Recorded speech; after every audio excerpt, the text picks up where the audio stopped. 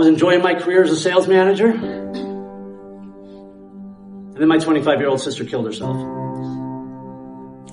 Now, when I was diagnosed with diabetes, I felt sorry for myself for a day, and then I was determined to manage it.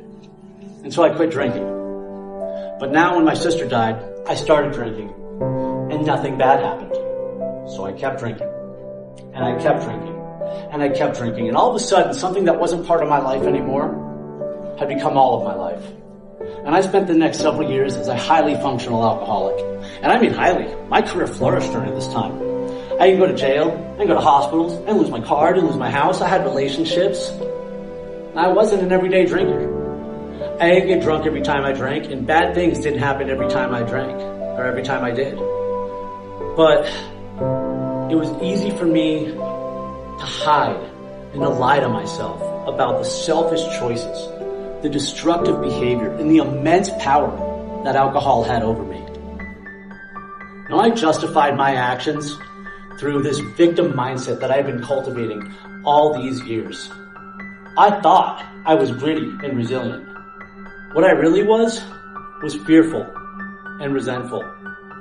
When you're in fight or flight mode all the time and always convincing yourself of just how unfair it all is, it becomes you against the world. But then you become a victim of the world. Now, the more that I drank, the more people talked about me, and I didn't like it. So I decided to quit drinking because of other people's problems. How do you think that worked out? Any takers? All right, ended in catastrophe. I spent the next 4 months miserable, and I mean miserable. I was white knuckling and tempting fate. I went to every happy hour. I went to every birthday party. I hung out by the keg every Friday. I threw beer Olympics at my house. And it was miserable. And then the best thing happened to me. I was diagnosed with cancer for the 3rd time. This time was different though. It was different because while still thyroid cancer, even though I don't have a thyroid, there's a tumor pressed up between my vocal cords and the artery. And the doctors didn't want to operate. Now, spoiler alert, it has been over 10 years. And that tumor still takes up real estate in my neck. But what I heard at the time, you have inoperable cancer. There was nothing left for me to do but drink. After all, who was going to mess with me? I had inoperable cancer. I buried myself deep into a bottle until I finally found myself a bottle. And I came to in this rare moment of lucidity on the floor of a Las Vegas hotel, being surrounded by cops and security, being thrown out. This is a real kicker. I was supposed to be the speaker at our conference the next day.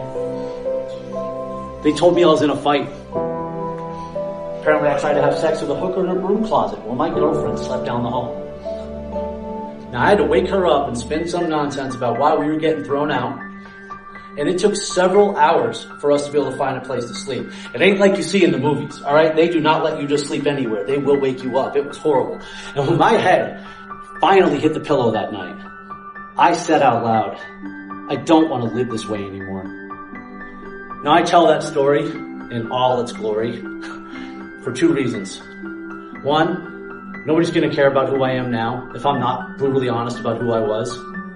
And number 2, if any of that part of the story resonates with you, there is a way out. And I'm all ears anytime you want to talk.